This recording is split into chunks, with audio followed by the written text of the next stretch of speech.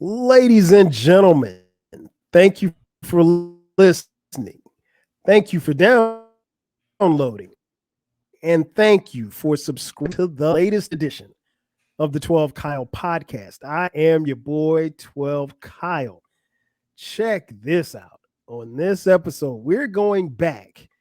We're taking it all the way back to November 23rd, 1988.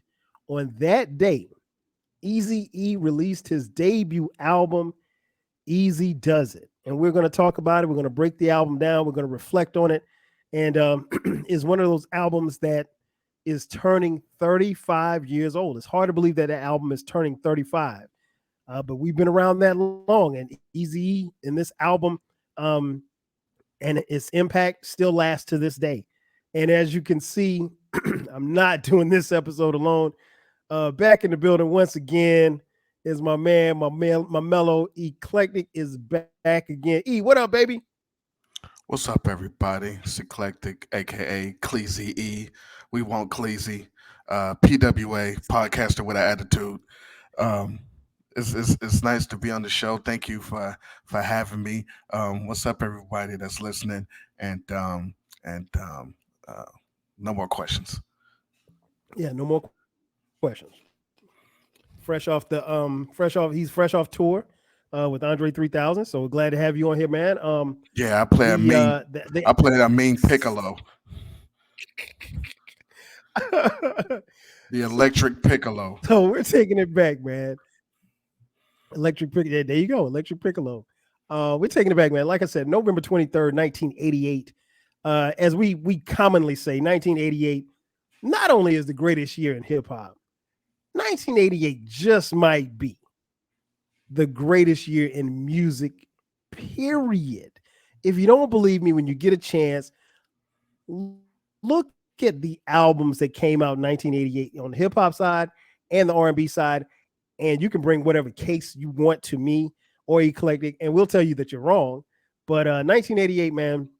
Again, this album, Easy Does It, by the legendary, the late Eric Wright, aka Easy E.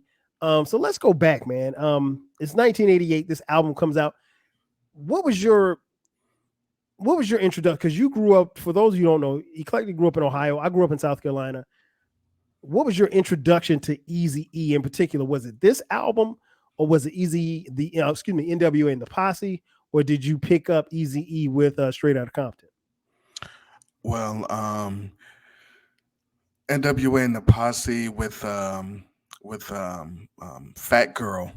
Got a fat girl on a jock. That was a good song. That was Easy E. Um, and A long time ago, I got the single of Dope Man, and on the other side was Eight Ball. And Mm, this is NWA and the Posse, because when NWA album came out, those were remixes. So the original songs came out well before then, and so I had those, and it was great because there was nothing that sounded like that. The Dope Man, um, the beat was crazy, and this is on the heels of everyone seeing Scarface, and they had the "Hey, Mr. Dope Man, you think you're slick" at the end of it, um, and the funky worm sample, and mhm. and it was a lot of stuff in that in those two songs. Like I play another thing is very very dope about Dope Man and Eight Ball is they had those songs and they were kind of filthy. You know, you found out what a strawberry was. I love Right. hip hop back then. Hip hop back then and our slang and vernacular, you just got it. So before Dope Man, you didn't know what a strawberry was, but Cube told you what a strawberry was, and then he was like, "All right, that's what it is." Um, and But what was so dope, you didn't know what Eight Ball was until they told you. We knew what OE was, we knew what a 40 was, but we didn't know they called it Eight Ball until that song. It's like, okay, now I know what they're talking about. And, and it was just you listen to the song. It wasn't someone had to sit down and talk to you or tell you something or teach you something. You just listen, and we were smart enough to get things, put the clues together. But anyway, what was so dope was they had those, and then they had the radio versions. So they had the radio version of Dope Man where Mm-hmm. so um it, they replaced all the curses. They didn't scratch the curses or something. They just rhymed differently. Nope. If you smoke Nope. cane, Not at you a all. stupid motherfucker. Then you listen to the other one. If you smoke cane, you ain't nothing but a sucker. It was you just listen to it, Right. you know. And so those were so it was the two songs were so cool. You would listen to both and be happy. And they don't do stuff like that anymore. They don't make the radio edits. But so my introduction was around then because one of the greatest things ever, which made no sense, makes no sense, but it's still one of the dopest things. Yeah, I'm the dope man. Yeah, boy, wear corduroy. Corduroy. I don't think another rapper has ever said corduroy in a rhyme since. I think he's the Never. only first and only one. Yeah, boy, wear Never. corduroy. It's so crazy. But um, I know we got to get onto the show, but the thing about Easy E and the Easy No, go ahead. You Does It, good. You good. the thing about this that the him and this album. Also, I'm the only person that you'll ever find who likes this album more than Mm-hmm. Straight Outta Compton. This is my favorite That is Compton that is true. rough. Yeah, this is my album. I love this album. Um, so the thing was the gimmick, the scam that they had when this came out, because when this came around the time when Dope Man and 8 Ball came out, the rumor was because he was so short and his voice was Easy was a kid, Right. and so they made it. The rumor went out and they made it seem like he was 15 when this Mm-hmm. came out. They said he was born in 73. Right. And then also, which was also funny, when the album came out and on Still Talking, if you didn't know, this is the thing, there was no internet, you didn't know anything about anything. And if you're like me and you were in Ohio, if you were Conley, you was in South Carolina, if you were people that was in New York and never went anywhere, you don't know this. But Mm-hmm. the beginning of it was like, yeah, he's from Compton, Michigan. If you don't know, you like, "Shit, I guess Compton is in Michigan. I'm in Ohio, like shit, he up the street." But it's just funny. People thought he was 15, thought he was from Michigan, thought he was a kid, and why is he cursing like this? And even on Mm-hmm. this album, and we'll get to it on this album, just like, what's your real age? No more questions. No more questions. Yeah. So, but yeah, Yeah, back man. then this was dope. Yeah, I agree. You touched on a lot of stuff, man. I think it for me, I came to Easy E courtesy of my boy Jay Fresh. Jay Fresh, I thank him all the time because he put me on to Easy E, and he had NWA in the Posse. And I want to say I only heard a couple of songs off that album, because I never got a dub. He said he was going to double tape for me, but he never did. And then by the time Easy Does It came out, I want to say maybe the second week it was out, he had the tape. And it was funny because I didn't have I that particular week I didn't get my allowance or whatever. And I said, "Yo, man, let me cop a dub," because I sat and listened to the whole album at his house, and I was blown away. And when it was time for me to leave, I thought he was going to dub me a tape. He's like, "Nah, man, you got to go buy it yourself." I'm like, "Man, what you mean?" And now keep in mind, now this album comes out in '88, so I'm like 15 years old. I ain't got no money. I ain't got no job. And he would not let me buy, he would not make a tape for me. And so he's like, man, you got to go buy this, man. You got to. He's like, you don't want to be cheap. He's like, man, you want to buy this for, and so he can get paid. I'm like, Easy Rich, he already paid because we didn't know. And it's just like you said, E. I mean, like there was a mystery around Easy E, like almost everything he said on wax, we believed because we didn't know any better. There was no internet. There was nobody to refute anything. So I didn't know where Compton was. Compton was this mythical place that I'd never heard of. And I don't think it was until later that I realized it was in California and it was a suburb of LA. Like I didn't know, like you said, it could have been Compton, Michigan. It could have been Compton, South Carolina for all I knew.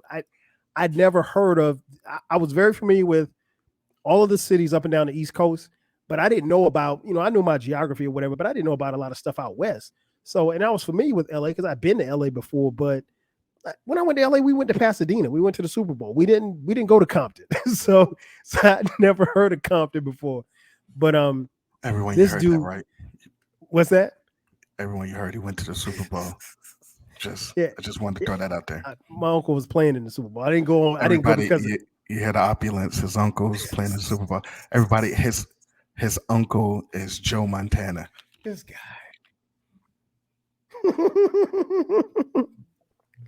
Lies being told. Lies being told. But anyway, so yeah, I'd never heard of Compton. So this guy was a mythical figure. And we had never heard anybody rap like this. We had never heard anybody talk like this. So, in a lot of ways, man, Easy E to us, particularly me and my friends in South Carolina, he was a legend. I mean, like we didn't call him a legend back then, but he literally was a mythical figure because even then, other than the album cover, until they released a video, I didn't even know what he looked like. He had this high pitched voice. We weren't, like you said, we weren't really sure about his age. There was rumors saying that he was 15, he was 16. I was like, there's no way this guy's my age. And we had no way of looking it up. It wasn't like he was in the encyclopedia. You couldn't go to Google back then. But again, man, 1988, off the heels of NWA and the Posse comes Eazy Duz It. So when you first got this album, do you remember if you had the tape or did you get the record or how was your or did you cop a dub? What was your process as far as this landing in your hands? I had the tape, and I was incredibly happy that I had this tape. Because again, I had the single, the Dope Man 8 Ball single. After I heard that, I just wanted to hear more. So when I got the tape, um, I ran home, threw it in the radio, and I mean, again, this is my favorite, probably my favorite West Coast album. This is my favorite thing from NWA, Wow. Eazy E, all of those. This album, it's only one skip, I think, on this album. See, I think it's like two. Listen, you can't be better. You can have something to dance to and be better than this album. So, listen, Arabia Prince is not on Okay, this okay, album. okay. 20-second time. 20-second timeout. 20-second Good, timeout.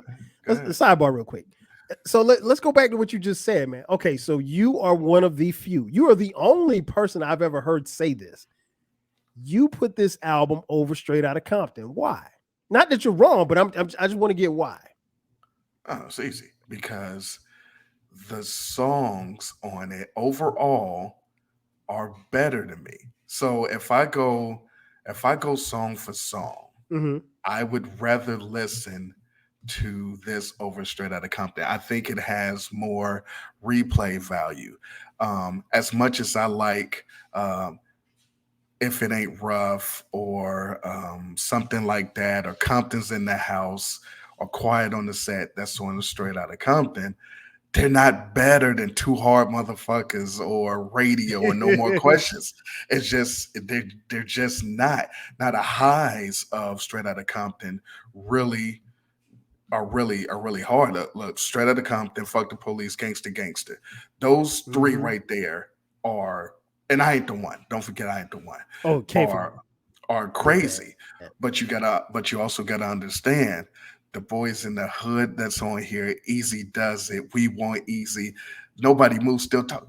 This this album, if you look at it without looking at the popularity or the I Hmm. guess quote impact of it, because these both came out the same year. If Same you year. look Yep. at if you look at it objectively, song for song, and also aside from I Ain't the One and Straight Outta Compton, on Straight Outta Compton, Easy is the star. Cube gets busy, but Easy E was like how Nas was in the '90s. If you had a song that featured Nas on your album, people would listen to that album and listen to the song and just wait like jumping in the double dutch ropes for Nas's verse. You just like, I know it's coming. I can't wait. And it was the same thing when Easy came in on a song, no matter what song it was, and we knew he didn't write it. It didn't matter. He just had that persona. He had Right. that. Oh, no question. He had that presence that was like, yo, that's so dope. Listen to him get it. So, this album, aside for one, this is near perfect. Okay. Okay. I, I I I get where you're coming from. As much as I love this album, and one of the beautiful things about doing this review is going back and listening to this album, because I haven't heard it in its entirety, probably in a probably maybe about 2 years, but just over the last couple of weeks or whatever, sitting and listening to it, man, it just brought back so many memories. It took me back to being 15 again. It took me back to sneaking to listen to it. It took me back to being over at Jay Fresh's crib and listening to it, and just our persona and how we carried ourselves and how we knew every line for line, word for word. And again, it just took me back to how we viewed Eazy E as this mythical figure. And I mean, like, any word, I mean, like, if he said he shot somebody, I just assumed that he did, because here's the thing, like, I knew what a gang was.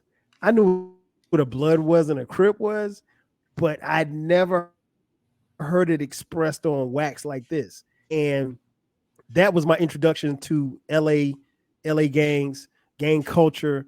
And you can, I guess, looking back on it, you could say that it was probably, I don't know, I don't want to say it was more explosive back then, but it was just, it was refreshing just to hear something different, because this was totally different from Run DMC. This was totally different from LL. This was totally different from Curtis Blow and everybody else who we were listening to at the time. So totally different from Eric B and Rakim. Um, but it was refreshing, man. It was totally refreshing. This album, one of the, again, in my opinion, it is one of the pillars from 1988. And 1988 was a phenomenal year in hip hop. But I think this is one of the best albums to come out that particular year. Not the best, but one of the best to come out that year. It went gold and it eventually was certified platinum. Did crazy numbers, and this again is a street album. And I think you made a great point, E, that really gets lost with people. Easy E created this filthy ass parental advisory stickered album, but then he had a clean version, and you could play the clean version on the radio if they so choose to, but they didn't. But yeah, incredible album. What did you, before we get into the tracks? What did you think about the production, which was, I'm assuming, mostly done by, or all done by, Dr. Dre? Well, people know my opinions on Dr. Dre, probably the most overrated producer in hip hop history. Um, but listen, Stop it. at the time, it's true. But at the time, I mean, the beats were crazy, the samples immaculate. He only had one misstep as far as I'm concerned. It's only one bad song on this album, and um, I loved it. I loved the scratching. Shouts to DJ Yella and the the music that they did play. Standing Guitar Man. Um, it was really Mm-hmm. good. I mean, especially back then, if you didn't know anything about funk, and you didn't listen to Parliament, you would think that this guy was a genius. But if you know what you know, if you know, you know he didn't really do that much. But it was the samples, the beats, crazy. Yeah, yeah. I thoroughly enjoyed the production. I mean, going back and listening to it, uh, listening to like the drums on Two Hard Motherfuckers was like, I mean, it took me back. It took me back to just like I remember listening to it when I was a kid, and it's like, oh man, are these? I'm assuming that it's a drum machine, and you really couldn't tell if it was a drum machine or they were really playing it live in the studio. Not that we really cared one way or the other, but it was just it was funky, man. It was funky. I really, really love this album from top to bottom. Um, so let's get into it, man. This album runtime right at 50 minutes, so it's a little less than an hour. I didn't think that it was long at all. All the songs were produced by Dr. Dre and DJ Yella, both of NWA fame. So the album starts off with track number one, "Still Talking," written by the DOC and Ice Cube. What did you think about "Still Talking"? Still talking might be my favorite song on the album. I Yeah, I think it Really? is. I think it is. I think it is my favorite song. Um, just number one, before you even get to it, good evening and welcome to Easy's Playhouse, you stupid motherfucker. Now that you got the album, the fuck you gonna do with it, bitch? Like, yo, okay, That's the but intro. but but yeah. So back what I was saying earlier, it starts with, yo, the nigga came from Compton, Michigan, and um, and the easily I approach the microphone because I ain't no joke. Man, I love this song. Um, and he he was just ridiculous from the beginning, psychopathic. But the hoes are attracted because when I'm a hard, my dick was at least a yard, and and Yard. and Pause. having Cube and Dre at in the beginning of or at the end, there's no chorus, there's no hook. Mm-hmm. It's Right. just Ice Cube and Dr. Dre talking like old men in a barbershop. And nah, it's this song is great. Yeah, I love it. I love it. It is a great way to start off the album. Like you said, I like how they come back in and out with the old guys at the end. Again, the voices of Ice Cube and DOC, but still, I mean, an incredible way to start off this album. Then we get to track two. Wait, hold on. Before you get to track two, Okay. another thing that they did that was really dope that didn't really happen that much or almost at all on rap songs back then. The third verse, different beat. Oh, Cause no doubt. it was like wait a minute, cut this shit. Yellow Boy, why don't you rewind it? And then it went like backwards like a Paul Revere Mm-hmm. thing. Mm-hmm. And he was like, niggas don't see I'm 100% legit. And you know it ain't about all that bullshit. And so and at the um before at the end of every verse, he just said, I'll still be talking shit, or I'm still talking shit. And then at the end of the third verse, he says, you can quote me now because I'm still talking shit. And Still talking it's shit. yeah, and nah, so I love that shit. I could do the mashed potato, nigga. What can you do? I can do the boogaloo. I can do the mashed potato. Man, that's still hilarious to this day. Then we get to track two. Nobody move, nobody get hurt. Written by MC Ren. What you got on this one? Nobody Move is in the top 50 story rhymes that I'm counting down over on the podcast. Mm-hmm. Um, I don't remember exactly what number it is, but I think it's in the 30s. I think. um, possibly. I'm not gonna waste you guys' time for me to go and check real quick. But this song, again, if you want to be considered dope, you have to have story rhymes. Got to. And I don't care. Listen, This era is this era. But if you have a story rhyme, I you don't move me. So this song is there about to rob this joint. It's Easy and Brand, and it's so many funny things that happens in this heist. Um, First of all, they're robbing a bank, and Easy E is narrating the whole thing.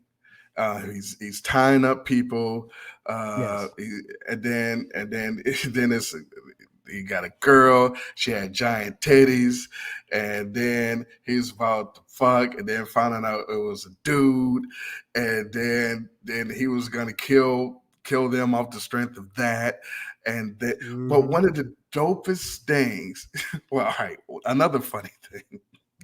So Oh, this man is holding up the bank, and he gets on the phone with the cops for the demands, and Easy says, "We want a copter so we could get away clean and take some pussy along, if you know what I mean." Like, what? Why you just you just talking to the cop? Like, yeah, you know what I mean, man. We want to take some pussy. Why are you talking to the police in yeah. such a fashion? But Right. Right. and and Easy shot a hostage.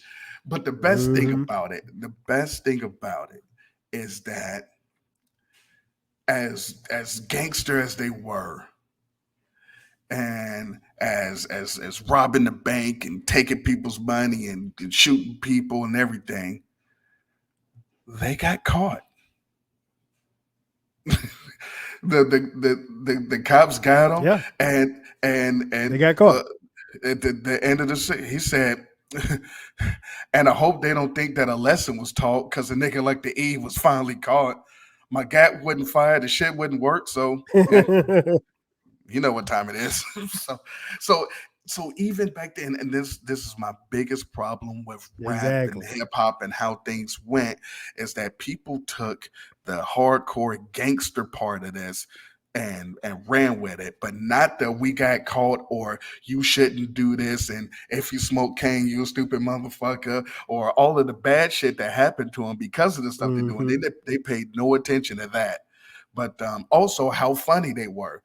Everyone tried to go straight serious like they're mad killers, but if you listen to Eazy E and the NWA, it's all in fun. But yeah, Hmm. Oh yeah, I agree. I think that's the thing that actually gets lost in a lot of instances when they talk about it, because they focus on the, well, hey, you're talking about this gangster stuff and this and that, and yeah, it was different and it was something new and it was something that really had not been exposed to the masses on this particular level. But no, there was a lesson in it, and I mean, like, you know we could see through, even at our young ages, we could see through the humor and get humor from it, because like I remember sitting and listening to it, even going back to the NWA and the Posse tape. Like you hear some of the songs, like you said, Pharaoh, and like the songs are probably okay. Here's the thing. Let me let the cat out of the bag. This album is misogynistic. It is graphic. It is violent. Uh, it is explicit. It is predatory. It is all of the things that are negative, but it's also comical. And more importantly, more than anything else, it's entertaining. And so we found entertainment in it, no matter how much you thought it was bad or how much you thought it was bad for us to be listening to, particularly as young kids. But I mean, that's what we got from it. And even in saying all of that, it's still at the core a dope ass album. And that's what we took from it. So it, like, you, as far as the public saying that this album shouldn't be listened to or should be thrown in the trash or whatever, it didn't deter us from listening to it. It just, and it wasn't going to deter us from listening to it because we'd already found it and fell in love with it. um well, not Go ahead. not only that is the difference in the generations. So when we're young and we're listening to this, s- there's a byproduct and a benefit of growing up while rap slash hip hop was beginning and evolving and turning into something. And that byproduct is we looked at it for what it was. It was art, it was music, it was entertainment. So we would listen to NWA and listen to Eazy E the same as we would watch Die Hard or Mm-hmm. the same as we would watch Scarface.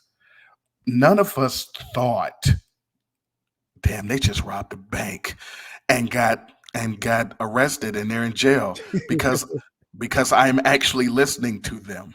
And he's not gonna tell the police he want a copter so he can take some pussy with him. So so Mm-hmm. and the thing is, so we took this as entertainment where a couple of generations after took it as law and took it serious and said we Mm-hmm. wanna be like that. We were just listening like, yeah, all right, cool. I mean, this is it's just entertainment. We don't want to Yeah. be like we don't want to be like what they're talking about. We wouldn't mind being like them because they sound cool, but we know that what who Right. they are and what they're talking about is two different things. It's just like actor and the role they play. Like, yeah, I would want to be like Denzel. I don't want to be Denzel in Glory. Right. I'd be Denzel. You Exactly. know what I'm saying? So yeah. Yeah. I mean, you hit the nail on the head. I mean, we really did feel like that. No, I mean, by the time I got immersed in this album, man, you couldn't change my mind or nothing. Like I said, Easy E was a guy that we looked up to, and he was a mythical figure, and we didn't, looking back on it at the time, we really didn't know a lot about him, but that made it even doper because, like, when you heard the stories and the rumors, you just assuming everything else was true. So it was a time, man. It was a great time. Track three, Ruthless Villain. This is featuring Easy E and MC Ren, man. What you got on this one, man? Well, Ruthless Villain, you didn't get on the tape. So when the tape came out, this song wasn't on it. And the only way to get this song was to get the radio single. It had radio, Easy Does It, and on Mm-hmm. side B on the vinyl. On the flip side, it had Ruthless Villain. So that was the only way you could hear it at the time. Then they started putting it on the tape. Um, this is really basically um, a Ren song. What I liked about this song, he started the verse "Ruthless Gangster Mm-hmm. definition villain, leave your shit unlocked and he's stealing," and so then the second verse, well, the hook is Easy E because I'm a ruthless villain, cold tearing shit up. Don't come in my face, popping no kind of junk. Easy E's control, and if you press your luck, I smoke you like that and won't give a fuck. But anyway, so then the second verse though, MC Ren comes as ruthless gangster definition villain. You can lock up your shit, he's still stealing. So the first is leave his shit unlocked and he's stealing. Then the second verse is you can lock up your shit, he's still stealing.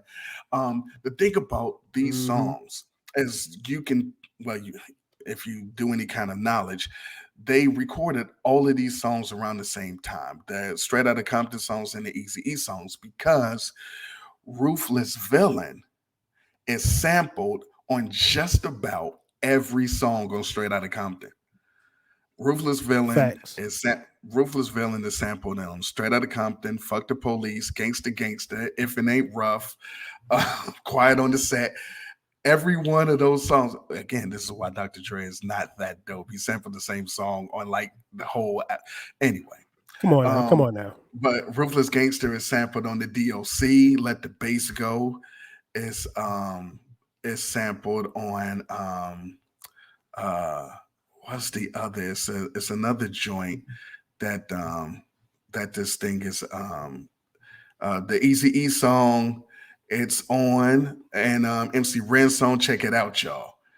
It's so Mm-hmm. the Boys in the Hood remix has Ruthless Yep. Ruthless Villain Yep. sampled Damn on near it. every song. So yeah, it's so. But yeah, if you had the tape in '88, you didn't get this song.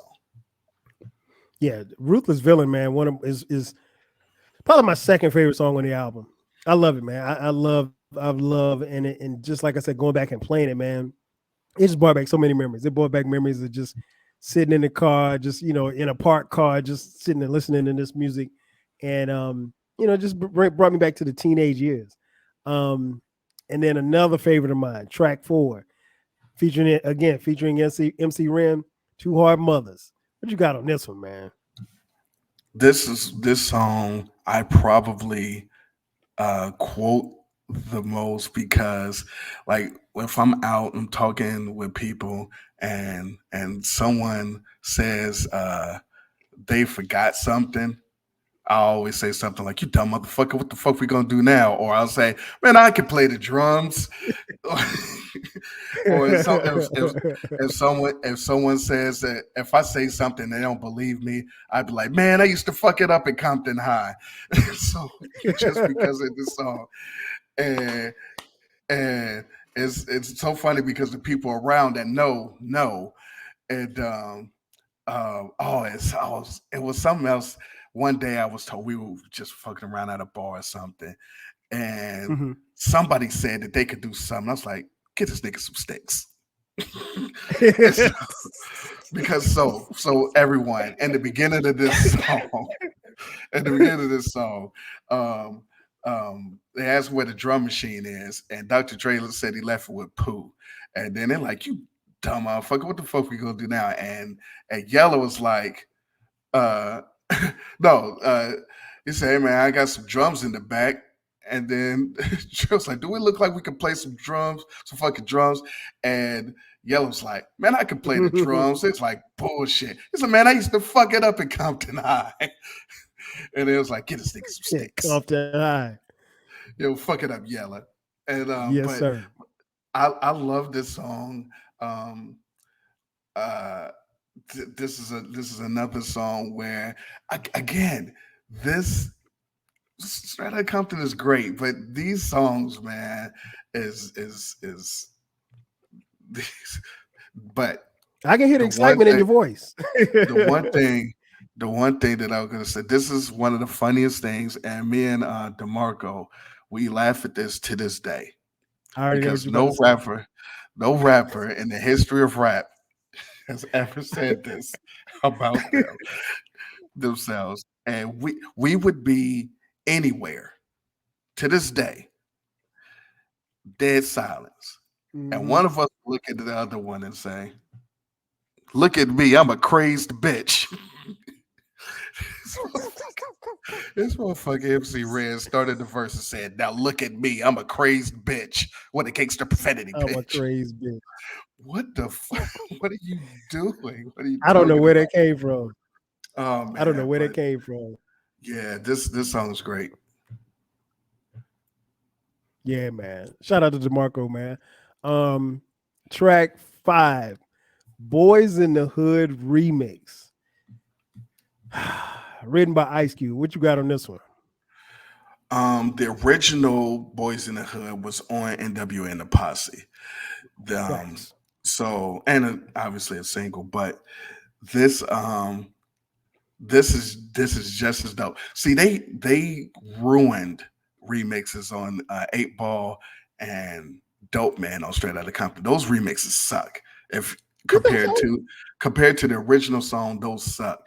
This this does it justice. This is great. Um, I love the beginning. They're like, "Yo, remember that shit Easy did a while back," which is last year. But remember that shit that Right. Easy did a while back. And if you listen, they're like, "Yo, hey man, why don't you come off that piano a minute and bust this crazy shit?" And he plays a little on the piano like he's really getting off the piano. But this song is Hmm. outstanding. This is if this wasn't the remix, this would probably be my favorite song on the album. But I like the original better. Um, this shit, the beat, the way when it drops is crazy. This song introduced me to GTA. I didn't know what GTA was until I heard this song. Um, um, he was Not, jocking the not Grand bitches. Theft Auto. Yeah, that's what it is.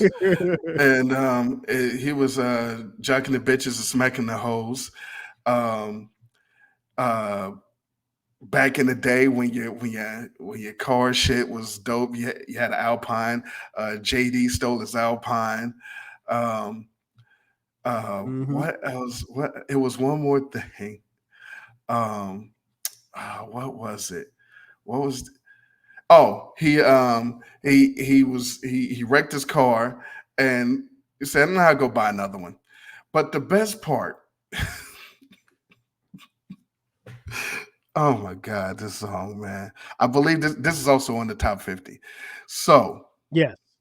if you don't know anything about this song, let me tell you the crux of this song. He sees his boys, Kilo Kilo G. Mm-hmm. They Mm-hmm. they get in, put it like this. Anyway, they get in trouble.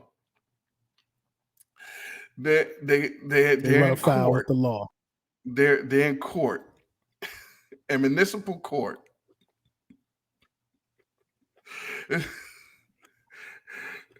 Kilo G farts.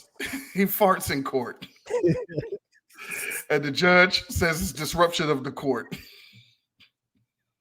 because he just farts. And then Because he Kilo farts in G court. Kilo G yells out fire. Then Susie comes in with a Uzi. Now, how did Susie get the Uzi through security and all the way to the courtroom? We have no Who idea. knows? We have no idea. But the police shot Susie, and then they both went upstate for attempted murder. Again, all of this hardcore gangster ass shit. One, funny because he's talking about dude farting in court. Two, Mm-hmm. they get caught, the girl gets shot, and they went upstate for attempted murder. It was no happy ending. No, no, So not at all. Not at all. I yeah, you hit on all the points, man. The only thing I have to add is we used to the saying that we used to use after this album came out, don't quote me, boy, because I ain't said shit. Hey, we used to say that all the time. Somebody yeah. be like, man, you did you see such and such? Nah, man. Are you sure? Nah, don't quote me, boy, because I ain't said shit. Oh man, this takes me back. Then track 6, the title track, Easy Does It, written by MC Ren and Dr. Dre. What you got on this one? We got a little Michelle A on here, and Mm-hmm. one of the greatest intros to any song. Easy, but you should bitch shut the fuck up. Get the fuck out of here. Yo, Dre, give me a funky ass bass line. And and Got me in trouble. yo, well, I'm Easy E. I got bitches galore. You may have a lot of bitches, but I got much more. But I It's got so much more. simple. But man, oh my God, how many times we used to be like, man, I got bitches galore. But uh this song's crazy. If you heard dope man, you think I own a drugstore. Um uh yeah, So this many this quotables. yeah, this song is crazy. Yeah, man. Like I said, I won't go into the story again because I've talked about it on this podcast several times. But yeah, this is the song. This intro is what got me in trouble. My aunt heard me listening to it on my headphones. She told my mom. My mom played it. My mom made me play it. And when she heard Easy E cussing out Michelle, she told me to take she told me to take the shit out of her house with all this cussing in it, even though she just cussed. And she told me to throw it in the trash. I walked right past the trash can, acting like I threw it in the trash. I did not. Um, I think I really truly believe that if that had not happened, if she had not forbade me from listening to it in her house, then I probably wouldn't have gravitated toward it the way that I did. But given the fact that she told me not to do it, that made me want to do it even more, and I became even a bigger hip hop fan from that point on, and a bigger fan of Man, this album. I wish I wish that this song I wish that they were still alive. I wish someone this is why the things that people try to do now are dumb. It was a few years ago, I think it was Irv Gotti had these little shows where they took Mhm. inspiration from songs and turned Oh them into short yeah. shows. Now, Yeah. this, I wish it was a video for this. I wish it was something like this because the end of this song, he went to jail Mm-hmm. and he called his girl to come bail him out. And she hung up on him. And he like, yo, all the Mm-hmm. shit I did for her, I swear when I get out, I'm gonna kill the bitch. And the bailiff for the station was a fucking cluckhead. And Easy E Mm-hmm. made a deal with him, was like, yo, come on. I got you. So he gets out. He gets out of jail, and boy, he lived up to his word. Said he created a bitch with an Uzi machine, went to the house, kicked down the door, unloaded like hell, cold smoked out. Smoke the He, hole. he straight killed it. Oh man, oh man. So so the thing about Yeah, this you song, they don't make music like this anymore. nah, and the thing about this song, they leaned into the rumors and the that they made and Fact. the mystery behind them. At the end of the song, it said from around the way, born in 73. Hardcore b-boy named Easy E. Easy It's E. it's 88 now, 73 is obsolete. A nigga with a serious ass attitude and 100% street. And if y'all want to hear some more, in one way or the other, I'm a bad brother. Bad brother. Word to the motherfucker.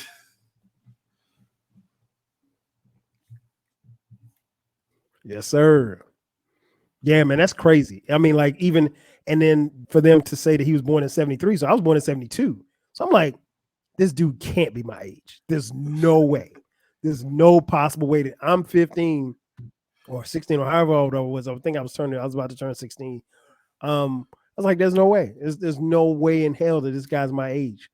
But then we get to track 7, which is my favorite song on the album.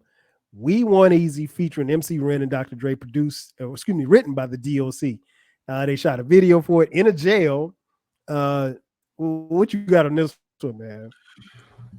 Ladies and gentlemen, I did a podcast episode on this music video. Mm-hmm. And because Mm-hmm. when this music video came out, this was the first time we really saw Easy E. Yes. And and I remember this is back when we would record videos. Yes. And I had my video and I had my tape in. I had record and pause press. All I had to do is hit pause and then it would record. And I was watching, and it starts with him just walking around a corner, but it was no music. It was no music. So me not knowing who he was, I'm just looking. I was like, I'm not going to record this. I don't know what this is. But right when he walked past the police right in the beginning, it went Compton. Yeah, I was like, oh, nobody uses that but them. I hit it. I was like, oh shit, that's him. And we was watching it, and yada yada yada. I ended up. I'm not spoiling the episode. Still go listen to it. But after that video went off, I took the tape out and I walked almost across the city to my boys' house because they didn't have cable. So I knew they didn't see it. And I had to Mm. show them that video. Um, but the Mm-hmm. song we got Wow. Miss Chalet. This is back when we thought Miss Chalet was a kid. We didn't know that was really Miss Chalet. But Yes. she was in the video. We had no idea. She Yeah, she was in the video. But anyway, um, again, if you don't know anything about funk and you never heard of Bootsy Collins, you would think Dr. Dre is a genius. But if you know Hey, who man. Bootsy Collins is and you know what funk is, you're like, Dr. Dre is a fraud. So No, he sampled it. He sampled he didn't Bootsy. I he love it. didn't he didn't sample it. He just played it again. Anyway, I love this I song. mean, I'm that not was rap. shitting on the song. Me too. I'm not shitting on the song, but Yeah. I am a huge fan of this song. Um, yeah, Yo, man, you weren't born in no 73. Why you be lying about your age? All he said was, man, why you got to bring that up? Who are you, Gene Autry or somebody? Yeah, man. This song, man, the song and the video. I mean, they're synonymous for me. They bring back so many memories that you took me back to the, trying to record it and show it to your friends because yeah, you had to trust me, kids. You had to have a tape in your VCR because you never knew when the video was coming on. And so we recorded videos like every single day. And sometimes you might record over your mom's, soap operas that she recorded that particular day. I mean, man, it was a great time to be alive because I mean, you live for those moments. And when you once you recorded a video like Eazy Does It, I mean, excuse me, like We Want Easy, you would watch it over and over and over again. Like I'd seen it maybe 2 or 3 times before I realized that was Ice Cube in the audience. Like, where we your homeboy, where we taking this to jam to, like that. And I mean, Ice just Cube was little also subtle things like that. he was But also it was a in dope jail time. with him. He was also in jail with him holding a camera. He was. So, if you look at the videos now, you realize kind of how low budget they were, how they kind of pulled tricks or whatever like that, man. But it was great times, great times. Then we get to track 8, Easier Said Than Done, written by Dr. Dre and the DLC. What you got on that one? Hated this video. Loved the song though. I'm trying to think. Did I see the video for this one? Yeah, of course I they don't think played that I this. have. They Huh. played the hell out of this video. Wait a minute. Let me look it up. Let me look it up. The We Want Easy video. They almost never played. They played this video into the dirt, and I did not like this video at all. The only part that I liked was when he said "Easy said it and it shall be done," and he was leaning over to a police car when he said it on the thing. But um, I love the song though. Um, the my favorite shit that I still use to this day. But what if she's ugly? Easy come, easy go. He's come, easy go. Um, so, so, so loving the ladies only the fly ones, and again, this is where they came clean. Um, said before that I was born in 73. Now everybody wants to know the AGE. Girls on the tip, fellas too, as it seemed, had everybody thinking I was only 15. So, but this is when we were like, oh shit, so he's not. We didn't know until then. But yeah, I had everybody thinking I was only 15. Okay. I'm looking at the video now. I remember it. I remember it. Wow. I have not seen this video. Sheesh. It's been some years. It's been at least 10, 15 years since I've seen this video. Mm. Yeah, I didn't mind it. I didn't like it the way I liked We Want Easy, but I liked it. This video But was yeah, it was a dope jam, man. It was a dope jam. Then we get to track 9, Radio. I love this joint, man. What'd you think about Yeah, Radio? buddy. Radio is so dope. That is the inspiration for the beginning of my podcast when I had the radio switching around. Say Um, word. yeah, that's why it does like that because of this song. Shouts to Greg Mac Attack. Uh, so they had this song and people call into the radio, and it was for the radio. He didn't curse on this song, Nope, not at all. and it was one of the dopest songs on the album, and he didn't curse at all. Um, and again, if you know music, then you know where that sample came from. And blah, blah, blah, blah, blah. But also, man, a great sample from the GOAT and your radio's deaf with my records on. That you gotta listen. If you don't have an LL sample on your album, is your album really dope? Um, This guy, so so this guy. we enjoyed Joyce calling. Can I have your phone number? Yes, 976 click. And what else? It was the other dude.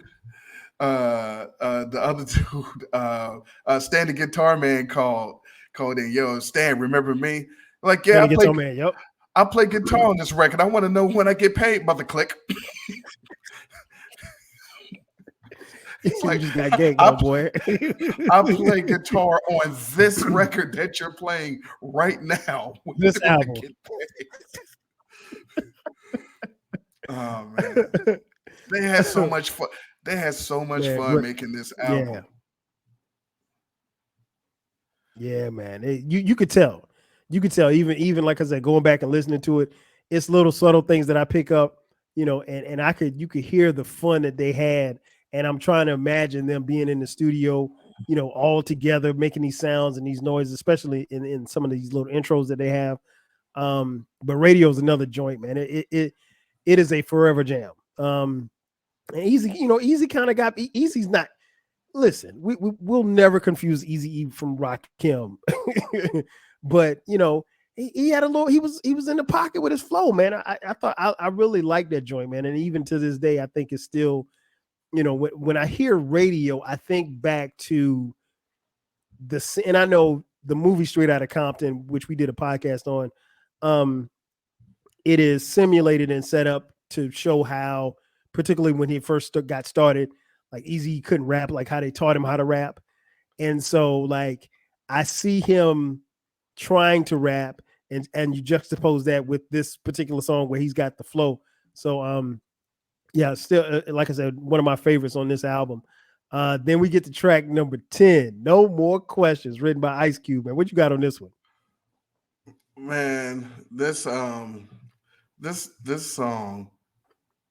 it, they didn't do songs like this. This was like a No. sit down interview, and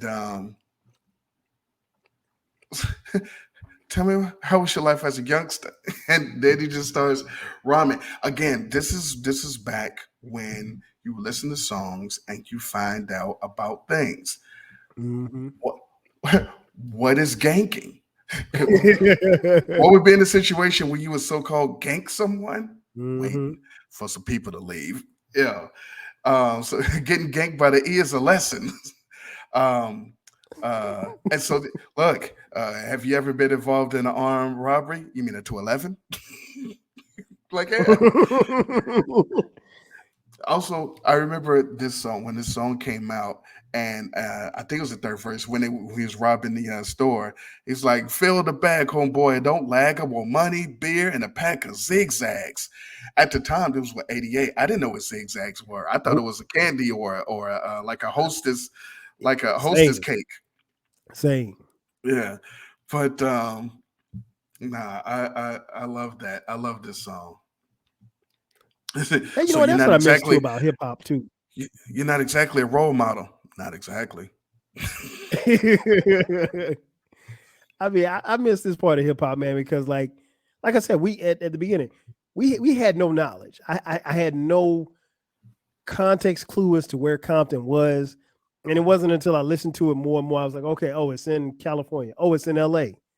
And then, I think I ended up looking it up on a map or something like that, because trust me, nobody in South Carolina was telling us in public schools where, Compton was. So I mean, like and then you pick up on slang like gank, gaffle, jack, get you picked up on gang terms. Like you said, when he said 211, it wasn't until like I was an adult that I realized what a 211 was, because that's not something that was familiar to me, because I didn't grow up in California. And so I think like everybody, the point that I think a lot of people missed when it came to NWA and Eazy E in particular is that they were dropping jewels on you, and it wasn't the same as maybe a Chuck D or X Clan or somebody like that had a quote unquote message, but there was message in the music. And like you said earlier, there was consequences too. There wasn't like I killed a bunch of people and I got away. I killed a bunch of people, I end up in jail, whatever. And or Kilo G cut a fart in the courtroom, and now we got now we got sent upstate. So I mean, like I think that's the thing that I think a lot of people miss. They hear the graphic details and the violence, quote unquote, but I think there's messages there, and I think if you stop and listen, you can see where Eazy was coming from. Then we get to track 11. I'm gonna break it down. Written by MC Ren. What you got on this one? I'm gonna break it down. Um, this is the only song that I'm like, I don't know. This is my least favorite. Again, a testament to this album. Hmm. We've gone through this whole album. Look how long it's taken until we got to some where one of us at least was like, "Mm." And for me, it's this song. Even though I still fuck with it, this Hmm. is definitely better than something to dance to. Something This to is dance to is a jam, bro. Come on, this man. is way better. This song doesn't fit on this album. Hmm. It's I still can see that. okay. It's still okay. It's just that after everything we've listened to, and then this come on, you're like, come on, man. Why? Now you want me to dance? You just killed 34 people, robbed two banks, killed killed a clerk, Slapped a couple hoes. and now you want me to throw some ass. I'm not doing that. Man, I like. I'm gonna break it down. I think it's now. I will agree with you on this point.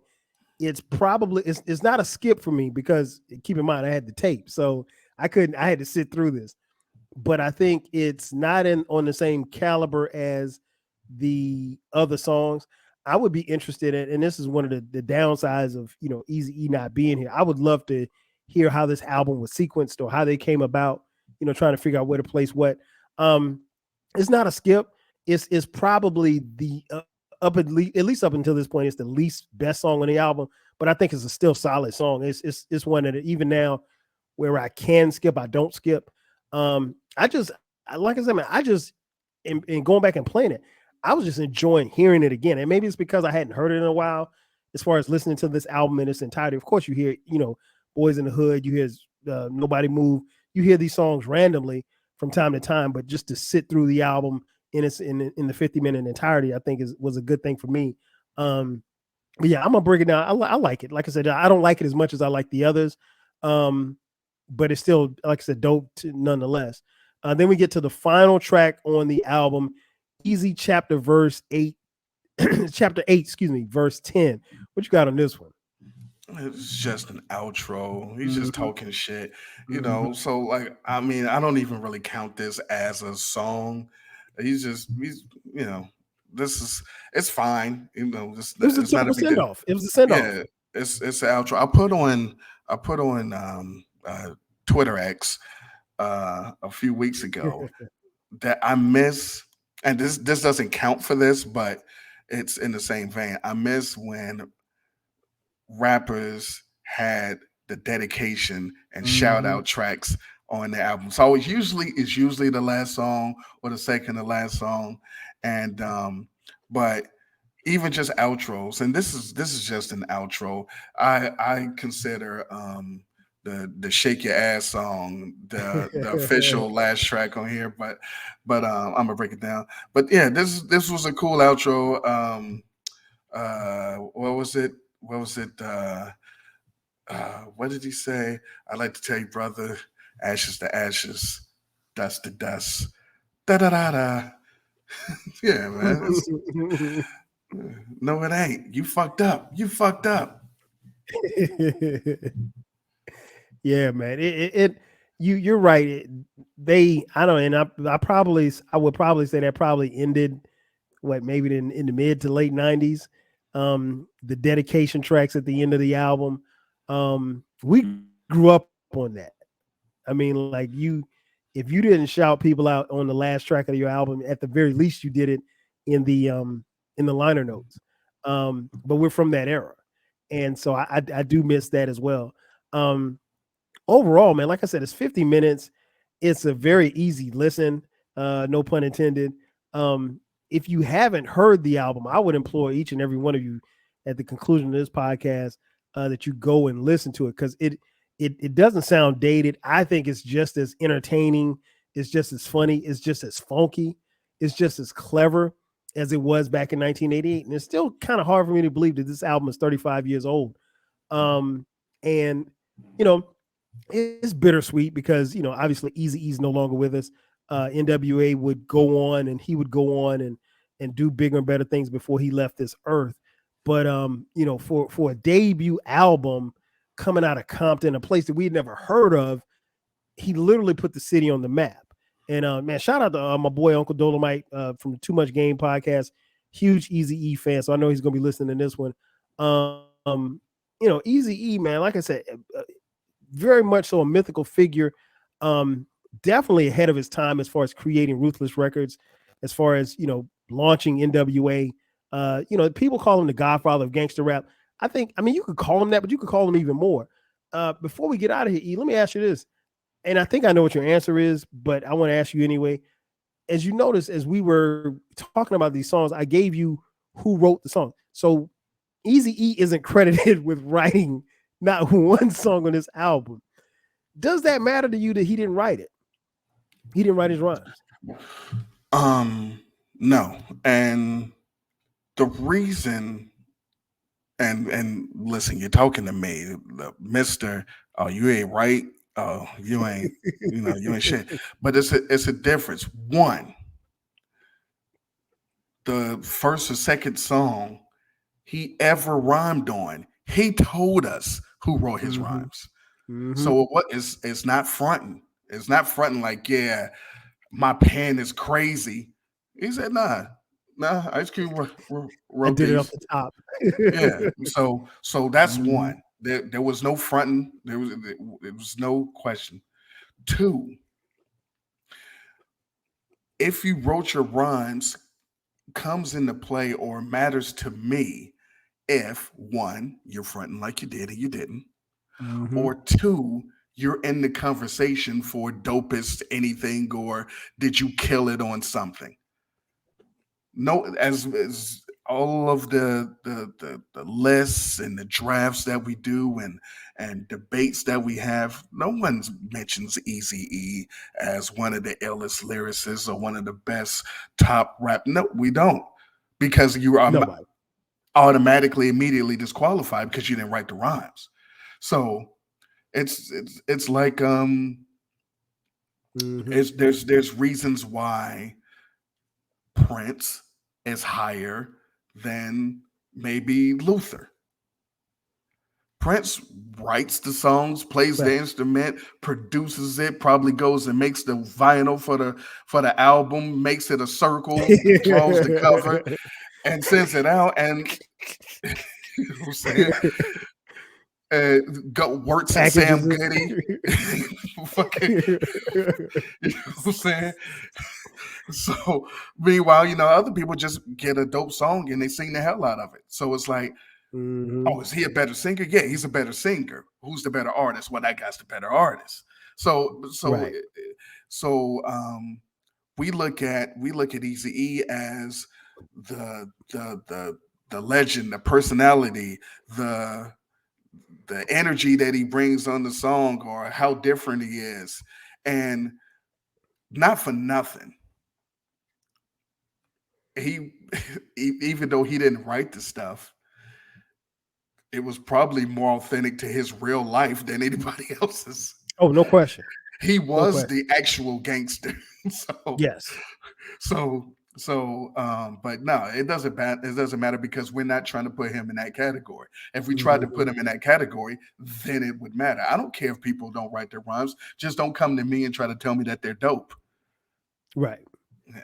Yeah, and I think he, like you said, he came out from the beginning saying like that everybody else wrote his rhyme, and no, and listen, in '88 we didn't. I mean, it mattered to us that Rakim wrote his rhymes. It mattered to us that LL wrote his rhymes because they were lyrically on a different level. It didn't matter to us that Eazy didn't write his rhymes because he wasn't on that level as far as lyricism, but as far as his delivery and what he was saying, you held on to Eazy E's words just the same as you did LL or Rakim's, and he's revered and respected, and was revered and respected just as much up until the day that he died, and even beyond. For what he talked about, Yeah. regardless of whether or not he wrote it or not. So, And again, the biggest thing was he didn't front.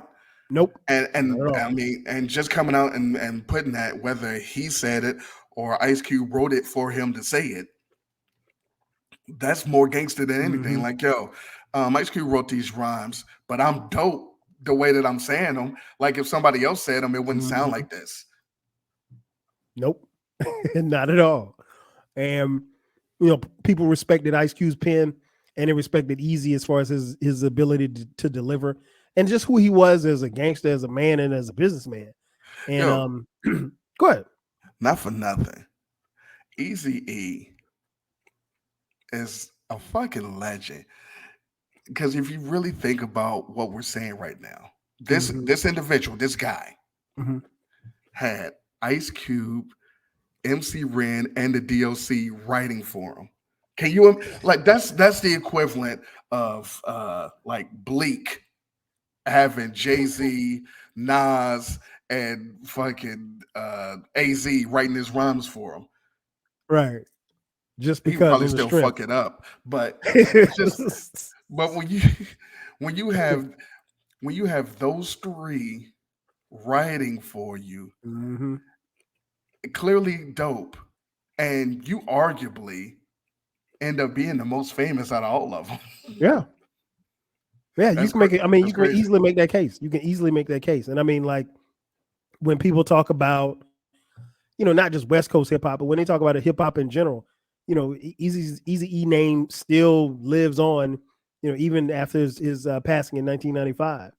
And I can't even call him a Compton legend because he literally and figuratively, for at least for me, put Compton on the map. Like I only know one person from Compton. Well, I know two people from Compton. Uncle Dolomite and my wife Sharice. That's it. And Easy E makes three. By the way, everyone that's listening, Kyle, he's a humble guy, but Who, Easy or me? no, Kyle's a humble guy. He's not gonna tell you, so I'm gonna tell you. Kyle's wife is the woman that's asking the questions or no more questions. Stop it. You stupid. I gotta tell her you said that too.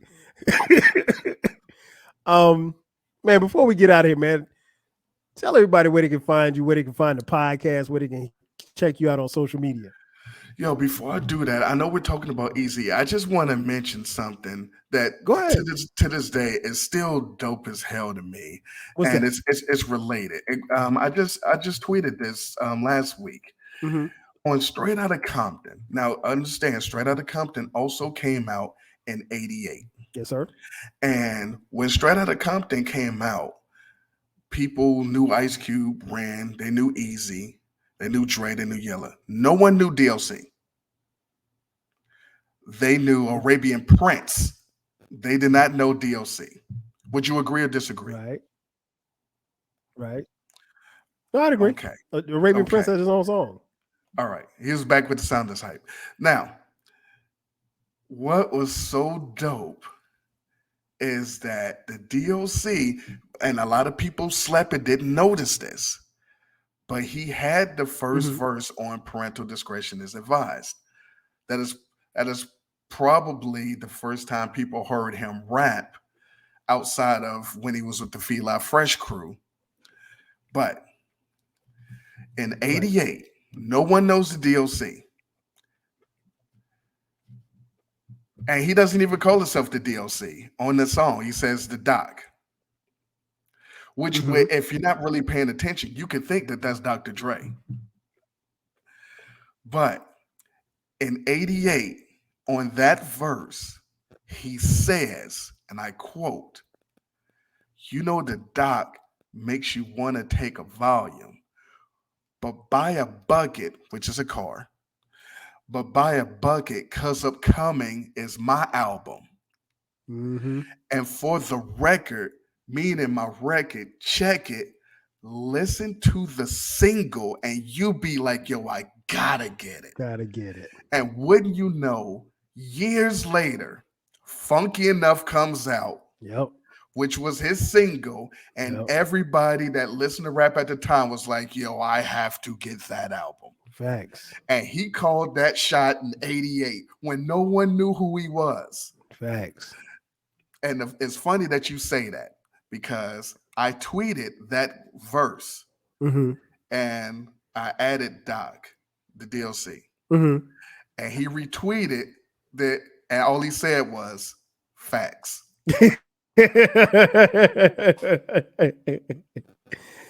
That's true, man. That's true. I mean, like he was on NWA with the pot and the posse, But like, if you didn't, like I said, for me, I only heard a couple of tracks, so I don't. I know he was on that album, but I don't know what songs he was on. But yeah, man, he and I did a review on that album, man. That album still, man, it the DOC still remains a great what if, or what could have been. Um, when he said he was the kid with the golden voice, he literally was the kid with the golden voice. I mean, like he had everything. He had a pen, he had a voice, he had stage presence, he had it all. And I mean, unfortunately, he lost his voice in that tragic accident. And there's talk that he's gonna be able to do some type of surgery, or he may be able to get it back, or something via auto tunes or something like that. I'm not sure, but there's serious talk that he could be back in the studio soon to produce an album of his own. And I trust me, I don't think he forgot how to write. So we would be, I would be first in line to cop that, because I'm a big fan and a huge fan of that album. Um, but like I said, man, the whole NWA crew, you cannot go anywhere without recognizing and realizing the imprint and the legacy that Eazy E left, man. And this album is a tribute to it. Again, personally, I can't say I'm like E, where I don't rank this above Straight Outta Compton, but this album means a lot to me. It's one of the few albums that, like, it literally transports me back into 1988 and transports me back into being a child, and just the great feelings of learning about this dude that we call Eazy E, Eric Wright. Um, so with that being said, before we get out of here, man, tell folks where they can find you, where they can catch your podcast. If you're a hip hop listener, you can go on Twitter X and at Tweet Rhymes Life. Hip hop list. Yeah, that's Tweet Rhymes Life. That's me. Also, Encyclopedia HH for hip hop. That's the account, and that's the podcast. So you can listen to me. We're talking hip hop from, say, its inception till like '98. That's that's what we're talking about over there. We're talking. We stop at like There's a 98, hard cutoff 99. after 98. Yeah, we're not doing that. But look, from the beginning of hip hop till then, that's what we're talking about. You can listen to any episode. They're all evergreen. We got drafts, we got lists, we got reactions, we got song rankings, album Countdown. rankings, yeah, countdowns. We got stuff. So listen to that. Also, No doubt, no doubt. if you're oldie and you like nostalgia, we have the eclectic discussion podcast where we talk pretty much 80s and 90s everything, whether it's Little Debbie snack cakes, Sesame Street Electric Company, Saturday morning cartoons, uh, uh, just about everything, high school, grade school, school supplies. So that's the eclectic podcast. Name of the is the that's the Twitter X handle. So check that out. And you can say what's up to me. I'm not really that nice of a person, but uh, you know, we'll get it. We'll get it popping. And keep listening to me on this show, because I'm probably the reason why you tuned into this episode. Right. They came here to hear you. Mm. Um, you guys know where to find me. It's 12 Kyle across the board on the socials. 12 Kyle podcast. Remember, this podcast drops every Thursday at midnight. From time to time, we drop bonus episodes on Sundays at midnight. If you feel so inclined, hit us up on Cash App. Send a couple of dollars our way. We're not independently wealthy like my friend over here. So the Cash App is $TWELVEKYLE. Again, it's your boy 12 Kyle with my man Eclectic. This has been another episode of the 12 Kyle podcast. This time we were talking about Eazy Duz It 35 years later. Again, if you haven't done so, when you finish this episode, go listen to that album. Go run up the streams. Again, an incredible album. Check out Eazy E and his whole discography. You will not be disappointed. Again, that's going to do it for us. We'll holler at you next time. 5Gs.